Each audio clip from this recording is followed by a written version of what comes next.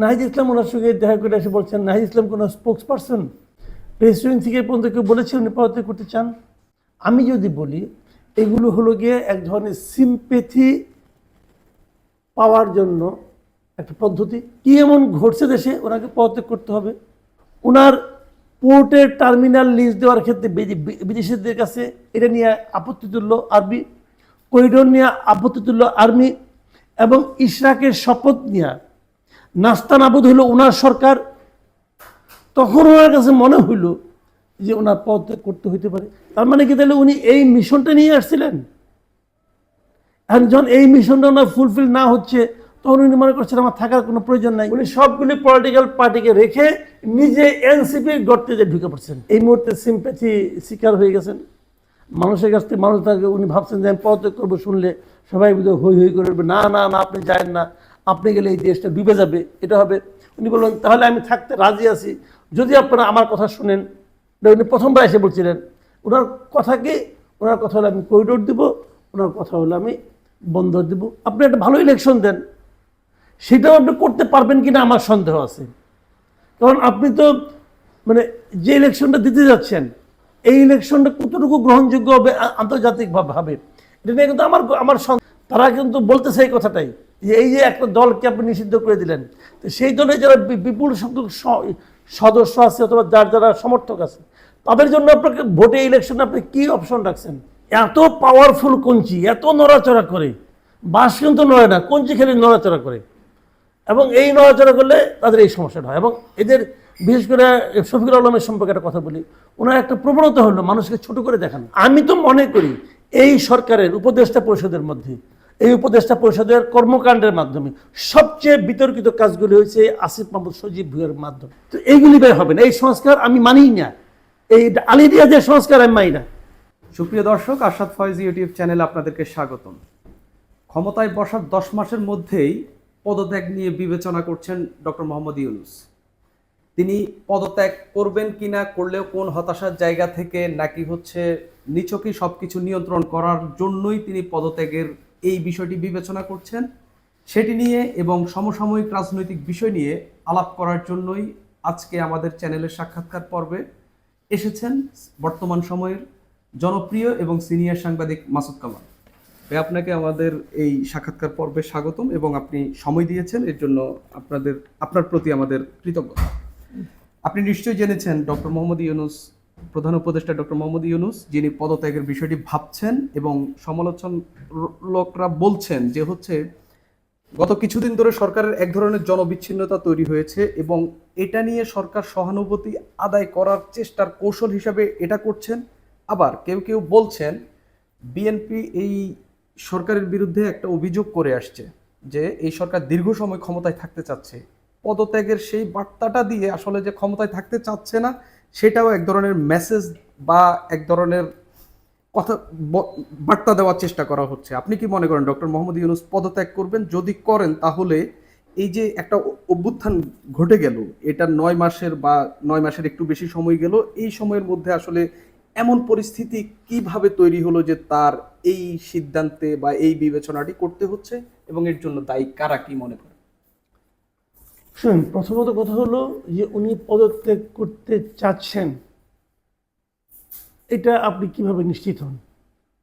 উনি কি বলেছেন আমি পদত্যাগ করব? উনি বলেছেন এমন কোনো খবর আমি পাইনি। নাহিদ ইসলাম ওনার সঙ্গে দেখা করেছেন, উনি দেখা করে এসে বাইরে এসে বলেছেন যে উনি পদত্যাগ করতে চান। নাহিদ ইসলাম ওনার সঙ্গে দেখা করে এসে বলছেন নাহিদ ইসলাম কোনো স্পোক্স পারসন? ওনার স্পোক্স পারসন, ওনার তো একটা প্রেস উইং আছে, প্রেস উইং থেকে পর্যন্ত কেউ বলেছে উনি পদত্যাগ করতে চান। আমি যদি বলি এগুলো হলো গিয়ে এক ধরনের সিম্প্যাথি পাওয়ার জন্য একটা পদ্ধতি। দেখুন, সংকটে আছেন নাহিদ ইসলাম এবং তার পার্টি। কোথায় সংকটে আছে? ডক্টর ইউনূস যদি আজকে বলে যে সে নাই অথবা সে সরকারে নাই, তাহলে এই নাহিদ ইসলাম এবং তাদের এনসিপির কি হবে এটা নিয়ে চিন্তা করেন। এবং নাহিদ ইসলাম এবং এনসিপি যে এই ডক্টর ইউনূসেরই ব্রেন চাইল্ড, ওনাদেরই যেটাকে আমরা কিংস পার্টি বলি, এই ঘটনার মাধ্যমে সেটা আরও একবার প্রমাণ হলো বলে আমার ধারণা প্রথমত। দ্বিতীয়ত যে কথাটা আমি বলবো, যদি ডক্টর ইউনূস পদত্যাগ করতেও চান, ধরে নিলাম উনি চাচ্ছেন, কি এমন ঘটছে দেশে ওনাকে পদত্যাগ করতে হবে?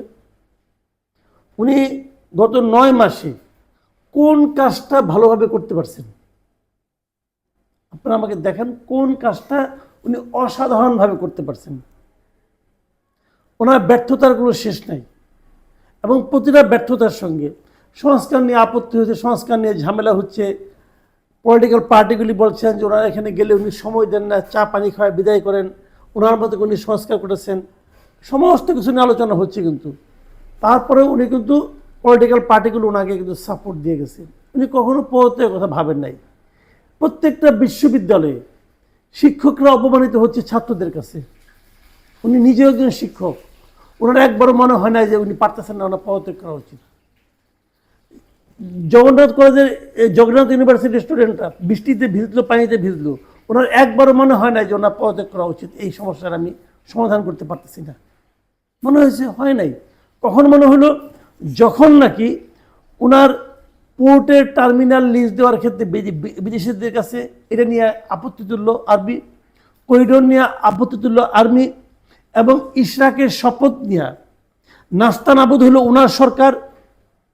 তখন ওনার কাছে মনে হইল যে ওনার পদত্যাগ করতে হইতে পারে।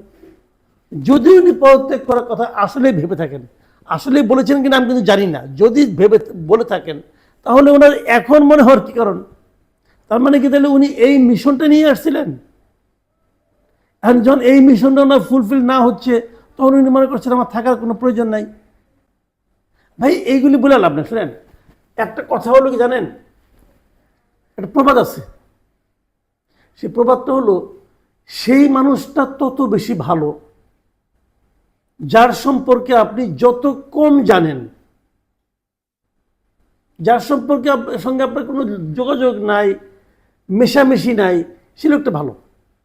যাকে আপনি দেখছেন, মিশছেন, যার সঙ্গে আপনার স্বার্থের দ্বন্দ্ব হয়েছে, তখন কিন্তু তাকে বিচার করা খুব সহজ। ডক্টর ইউনূসের ক্ষেত্রে তাই হয়েছে।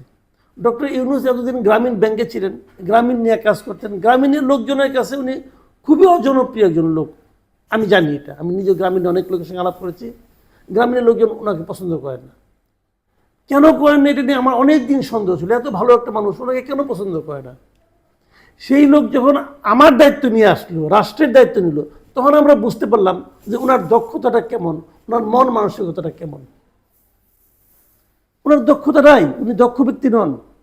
হতে পারেন উনি আন্তর্জাতিক খ্যাতিসম্পন্ন একজন ব্যক্তি, অবশ্যই আন্তর্জাতিক খ্যাতিসম্পন্ন ব্যক্তি, কোনো সন্দেহ নাই। কিন্তু রাষ্ট্র চালানোর যে দক্ষতা, সেটা অন্য জিনিস।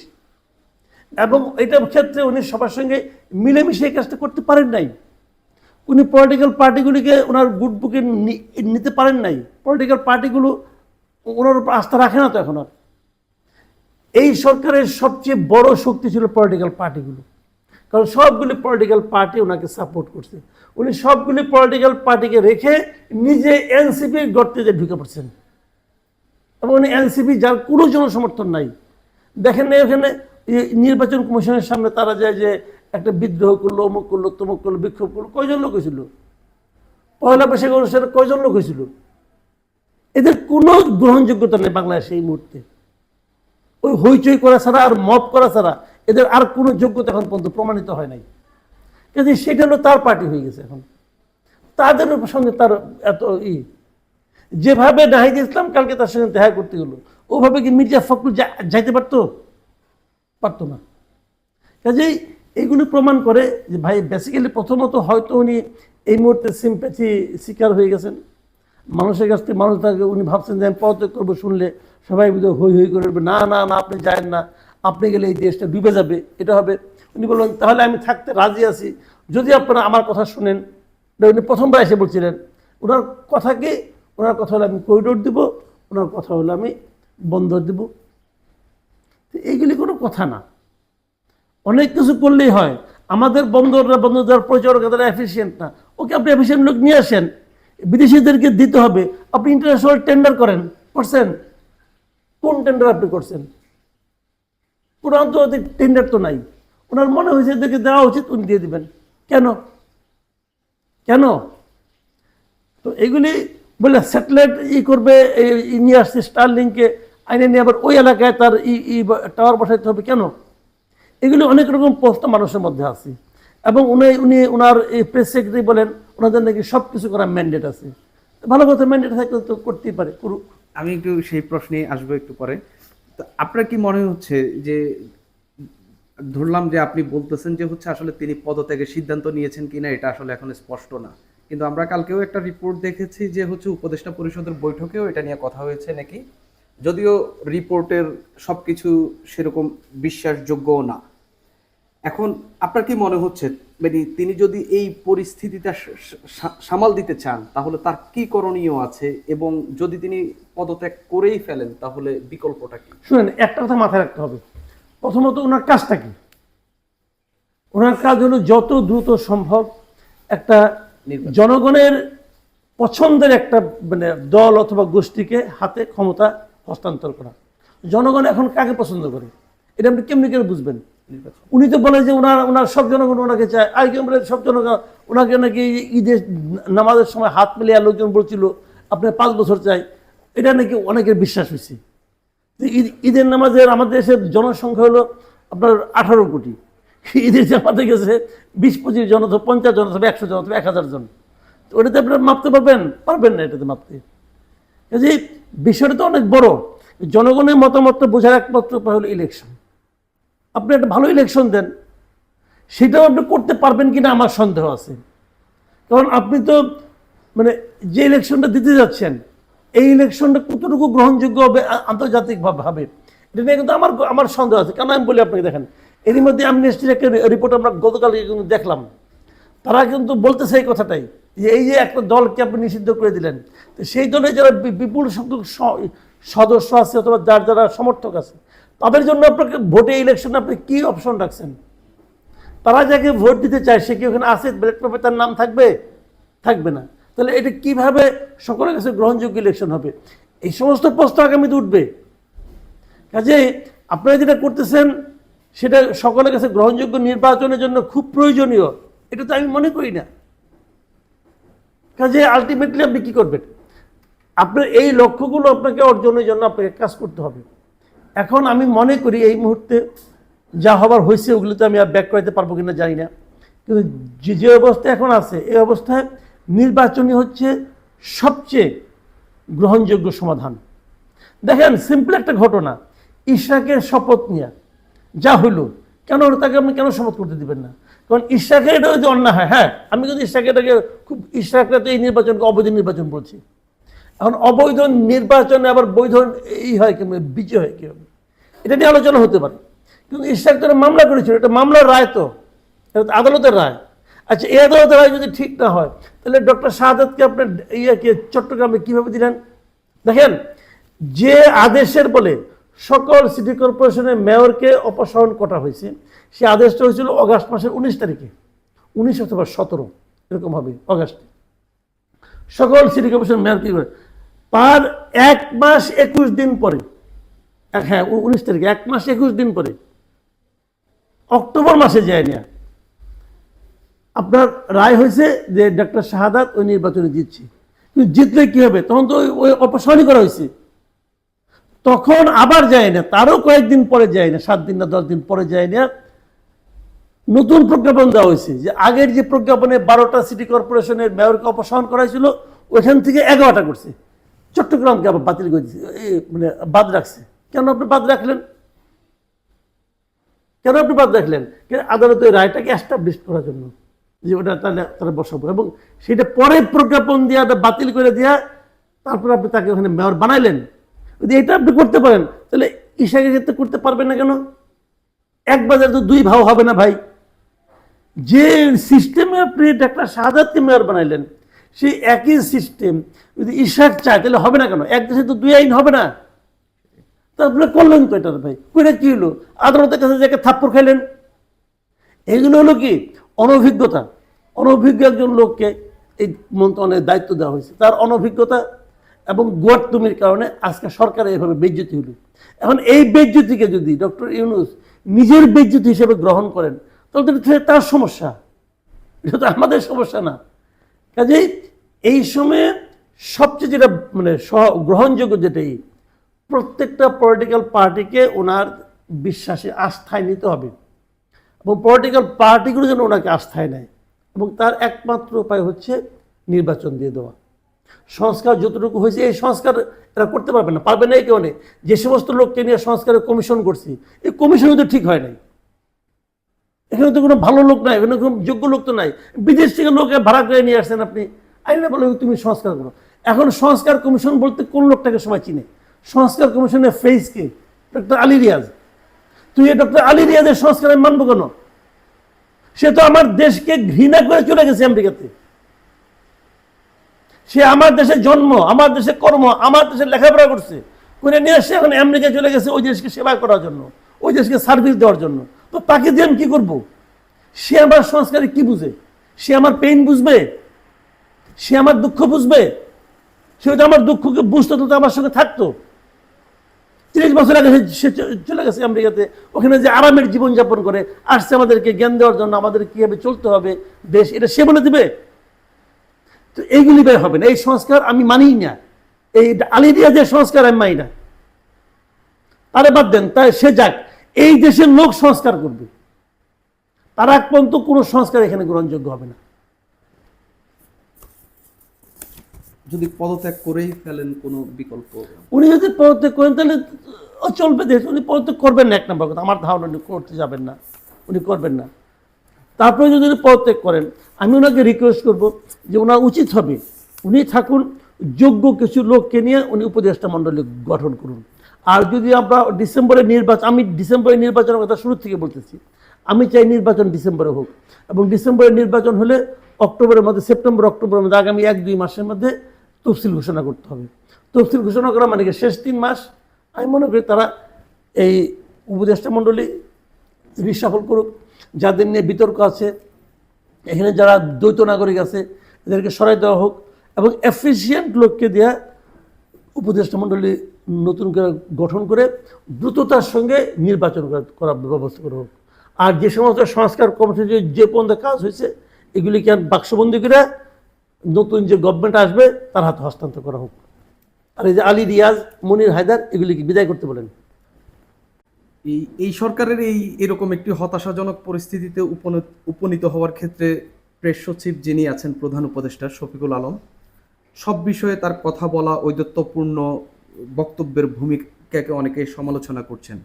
নিরাপত্তা উপদেষ্টা খলিলুর রহমানের বিষয়টাও সমালোচিত হচ্ছে। আপনি এই দুটি বিষয়কে, দুজন ব্যক্তির ভূমিকাকে কেমন দেখেন? শুনেন, এই যে ছোটবেলায় একটা প্রবাদ শুনছিলাম না, যে বাঁশের চেয়ে কঞ্চি দরম, বুঝছেন না? আর এনারা হলো কঞ্চি, এত পাওয়ারফুল কঞ্চি, এত নড়াচড়া করে। বাঁশ কিন্তু নড়ে না, কঞ্চি খেলে নড়াচড়া করে এবং এই নড়াচড়া করলে তাদের এই সমস্যাটা হয়। এবং এদের বিশেষ করে শফিকুল আলমের সম্পর্কে একটা কথা বলি, ওনার একটা প্রবণতা হলো মানুষকে ছোট করে দেখানো।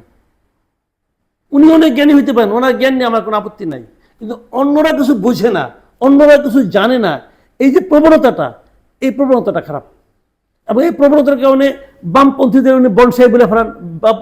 বামপন্থী দলের একটা, বললাম তো, বামপন্থীর একটা জেলা পর্যায়ের কর্মীর সঙ্গে সে আলোচনা করে সে 10 মিনিট টিকতে পারবে না। আর সব বামপন্থী বনসাই, তো উনি কি তাল গাছ? উনি কি হয়েছে রে ভাই? উনি সাংবাদিকতা শেখানো একটু আমাকে নিয়ে সে না রকম আপত্তিকর প্রশ্ন কথা বলছে। এটা আমি বলবো যে উনি যেমন বলতেছে যে আমি যে এদেরকে বিদেশি নাগরিক বলছি, আমি যেন প্রমাণ দিই, তাহলে এটা ইনভেস্টিগেটিভ জার্নালিজম হচ্ছে না। আর আমি কি ইনভেস্টিগেটিভ জার্নালিজম করতে গেছি নাকি রে ভাই? জার্নালিজম আমি বুঝি না। 35 বছর সাংবাদিকতা করছি, ওর চেয়ে আমি সাংবাদিকতা বেশি করছি, জার্নালিজম ডিপার্টমেন্টে পড়াশোনা করে আসছি। তা আমি জার্নালিজম বুঝি না যে ইনভেস্টিগেটিভ জার্নালিজম কাকে বলে? ভাই আমি তো এখানে কোনো রিপোর্টিং করি নাই, আমি এটা কমেন্ট করেছি যে এই লোকগুলি সম্পর্কে আমার কাছে অভিযোগ এসেছে যে এই লোকগুলি দ্বৈত নাগরিক। তো সেই অভিযোগটা আমি প্রমাণ করব কিভাবে? আমার তো প্রমাণ করার কোনো উপায় নাই, কাজেই এই অভিযোগটা আমি উত্থাপন করলাম। ওনাদের কাছে আমার আহ্বান থাকবে যে আপনাদের অবস্থানগত স্বচ্ছতার জন্য আপনারা এই বিষয়গুলো নিয়ে ক্লিয়ার করেন। এই ছিল আমার বক্তব্য। আমি তো বলি নাই যে উনি বিদেশি নাগরিক, উনি, আমি যেমন আলী রিয়াজের টাইম বলেছি আলী রিয়াজ বিদেশি নাগরিক। কি করে বলেছি? আলী রিয়াজ যখন বাইডেনকে ভোট দেন এর আগের বার, তখন উনি ভোট দিয়ে বলছিলেন উনি বাইডেনকে ভোট দিয়ে আসছেন, উনি তো নিজেই স্বীকার করছেন। আর একজন লোক 30 বছর 32 বছর থাকে, সে ওই দেশের নাগরিক না, সে কি পলাতক? 30 বছর বছর সে বিদেশটা আমেরিকায় থাকে, আমেরিকায় যাওয়া আসা করে নিয়মিত, সেখানকার কি ভাই? নাহলে green card holder. Green card হোল্ডারের সঙ্গে নাগরিকত্ব দূরত্ব আর কতটুকু? আমার এই ক্ষেত্রে মূল সমস্যাটা কি ছিল আমি বলি আপনাকে। কেন আমি চাই না দ্বৈত নাগরিক? চাই না এই কারণে যে তার তো এক পা ওখানে, যার এক পা ওইখানে, সে কখনোই আমার এখানে আমার দেশটাকে নিয়ে সিরিয়াসলি ভাবতে পারবে না। এই ছিল আমার মূল বক্তব্য। তো গ্রিন কার্ড হোল্ডার একই জিনিস, এখানে এখানে কাম করে আকাম করে যাবো গা। তো এই যে বিষয়গুলো, এইগুলো নিয়ে তাদের কথাবার্তা উল্টাপাল্টা, দেখ আমারটা ব্যক্তিগত ব্যাপার, এটা না বললে চলে, কিন্তু এই যে উল্টাপাল্টা কথাবার্তা, ডক্টর খলিল সে কাউরে করে পাত্তা দেয় না, কে কি বললো না বলে কিছু যায় আসে না, আমি এটা করবো। তো করেন ভাই, এখন চুপ হয়ে গেছেন কেন? ওই দিন দেখলাম তো ব্যাগ গিয়ার মারছেন। শুনেন, এই দেশের সাধারণ মানুষকে, সাধারণ মানুষ মানে কি, ওই যে রিক্সাওয়ালা, মুটে, শ্রমিক, তাদের সেন্টিমেন্টকে আঘাত করে আপনি কিছুই করতে পারবেন না, পৃথিবীর কোনো দেশেই পারবেন না। সাধারণ মানুষ সবচেয়ে পাওয়ারফুল। আপনি বিরাট জ্ঞানী, ওই মানুষ কিছু বুঝে না, এটা চলবে না। ওই মানুষ যে বুঝে না, তার সিদ্ধান্তেই দেশ চলবে, কারণ সে জানে কিভাবে উৎপাদন করতে হয়। আপনি জানেন না কিভাবে উৎপাদন করতে হয়? ধান চাষ করতে পারেন? পারেন না। সে ধান চাষ করতে জানে কেমন উৎপাদন, যে উৎপাদন করতে জানে সেই দেশের প্রকৃত নাগরিক। যে এই মাটি থেকে যে উৎপাদন করে নিয়ে আসতে পারে, সোনা ফলাতে পারে, সে হলো এই দেশের প্রকৃত নাগরিক। তার ইচ্ছা অনুযায়ী দেশ চলবে। আপনি কোথেকে আসছেন বিদেশ থেকে, নাকি আপনি 31,000 উপর থেকে জাম্প করছেন, এটা কোনো এই যোগ্যতা নিয়ে এই দেশে আসেন না। এই দেশের মানুষটা, এই দেশের যত বড় বড় ক্ষতি এই লোকগুলি করছে, যত বড় বড় ক্ষতি এই দেশের এই শিক্ষিত লোকগুলি করছে। কোনো কৃষক কোনোদিন দেশের টাকা বিদেশে পাঠায় নাই। বিদেশে তারাই টাকা পাঠাইছে যারা নাকি দ্বৈত নাগরিক, ওখানে তাদের একটা পা আছে, একটা জায়গা আছে, ওখানে যে পাঠাইছে। কাজেই এদের কথা বলে লাভ নাই। ডক্টর মোহাম্মদ ইউনূসের এই যে পদত্যাগ নিয়ে যখন এই কানাঘুষা তারপরে সোশ্যাল মিডিয়াতে আলোচনা চলছে, তখন উপদেষ্টা আসিফ মাহমুদ সজীব ভুঁইয়া ফেসবুকে একটি স্ট্যাটাস দিয়েছেন। তার স্ট্যাটাসটি একটু আমি পড়ি। তিনি বলেছেন আওয়ামী লীগ, তারপরে লিখেছেন নর্থ। নর্থ বলতে সম্ভবত তিনি ক্যান্টনমেন্টকে বুঝিয়েছেন। দিল্লি, আওয়ামী লীগ, নর্থ এবং দিল্লি জোটভুক্ত হয়ে যে কুমির ডেকে আনছে তা আপনাদেরকেই খাবে। আমাদের না আছে মরার ভয়, না আছে কিছু হারাবার ভয়, একমাত্র আফসোস গণতান্ত্রিক রূপান্তর আর এই দেশের মানুষের ভাগ্য কোনোটাই ইতিবাচক পথে যাবে না আর কি। স্বপ্ন দেখে স্বপ্ন ভঙ্গের কষ্টই বোধ হয় এই দেশের ভাগ্য। তিনি আসলে কুমিরটা আসলে কি এবং কাদেরকে খাবে? গত 9 মাসে তিনি এবং তার সরকার এমন কি করে ফেলেছেন যার কারণে আসলে দেশের মানুষের ভাগ্য বদলে গেছে? শুনেন, আসিফ মাহমুদ সজীব ভুঁইয়া বয়স কম, তো বয়স নিতান্তই কম। এই বয়সে ওনার চাকরির ইন্টারভিউ দেওয়ার কথা।